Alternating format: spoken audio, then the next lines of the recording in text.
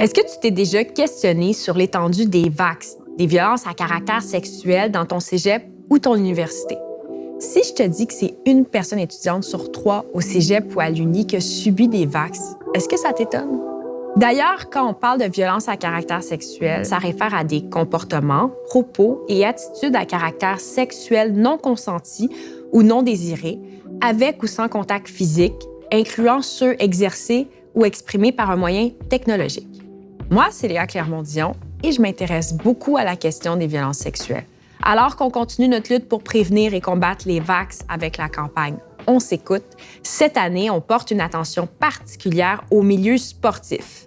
Alors, voyons comment ça concerne les sportives et les sportifs au cégep et à l'université. C'est 34 des étudiants qui appartiennent à une équipe sportive officielle qui ont subi des VAX depuis leur arrivée au cégep.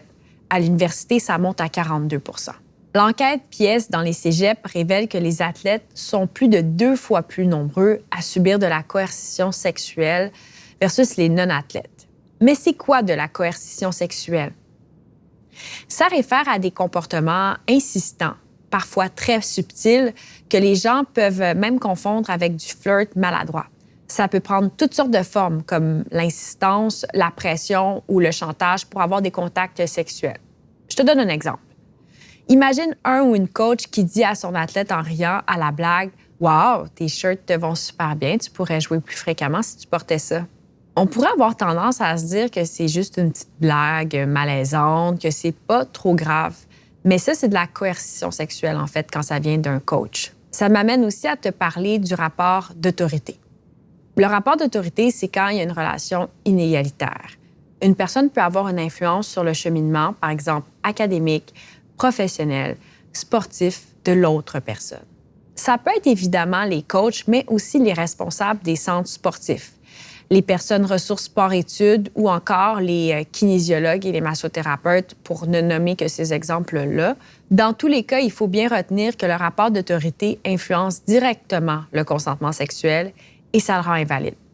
Je pense que c'est aussi important d'en parler parce qu'environ 10 des étudiantes ou étudiants athlètes au cégep et 27 à l'université ayant subi des VAX ont mentionné que l'auteur des violences était en position de pouvoir.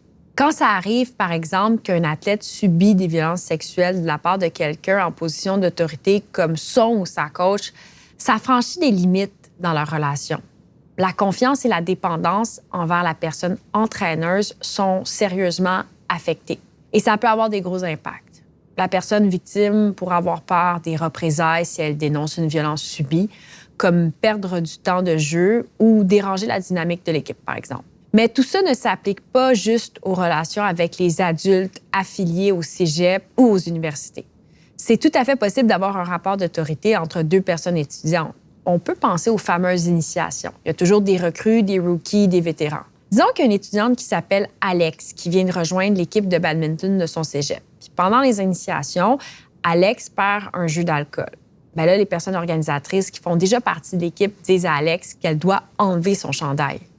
Elle hésite, mais on lui dit que c'est ça, la règle du jeu, que ça a toujours été comme ça. Malgré son malaise à l'idée d'être en brassière devant tout le monde, Alex enlève son chandail. Il faut comprendre ici qu'Alex se retrouve dans un rapport d'autorité. Il y a une inégalité de pouvoir entre elle et les personnes faisant déjà partie de l'équipe.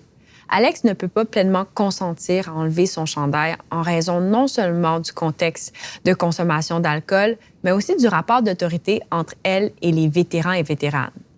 Ici, je ne donne qu'un exemple, mais les initiations sportives sont assez répandues dans les équipes sportives et malheureusement, certaines formules ne favorisent pas une culture du consentement libre, éclairée et continue.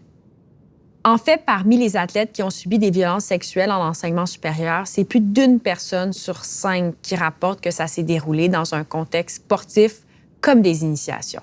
D'ailleurs, une étude a montré que la majorité des athlètes croient que de vivre des initiations fait partie d'être membre de l'équipe sportive. Normaliser des initiations où le consentement n'est pas respecté contribue aux violences sexuelles et les banalise.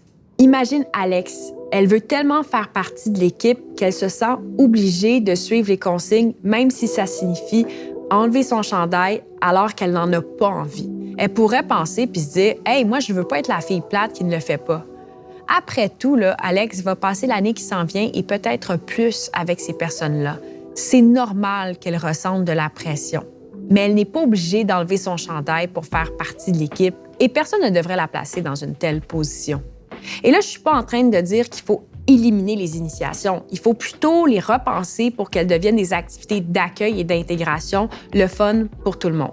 Quand tu participes ou contribues à ces activités, pense toujours à la notion de pouvoir et à son impact sur le consentement. S'écouter, ça passe aussi par prêter attention à ces dynamiques et à s'assurer que chaque personne se sente respectée et entendue dans ses limites.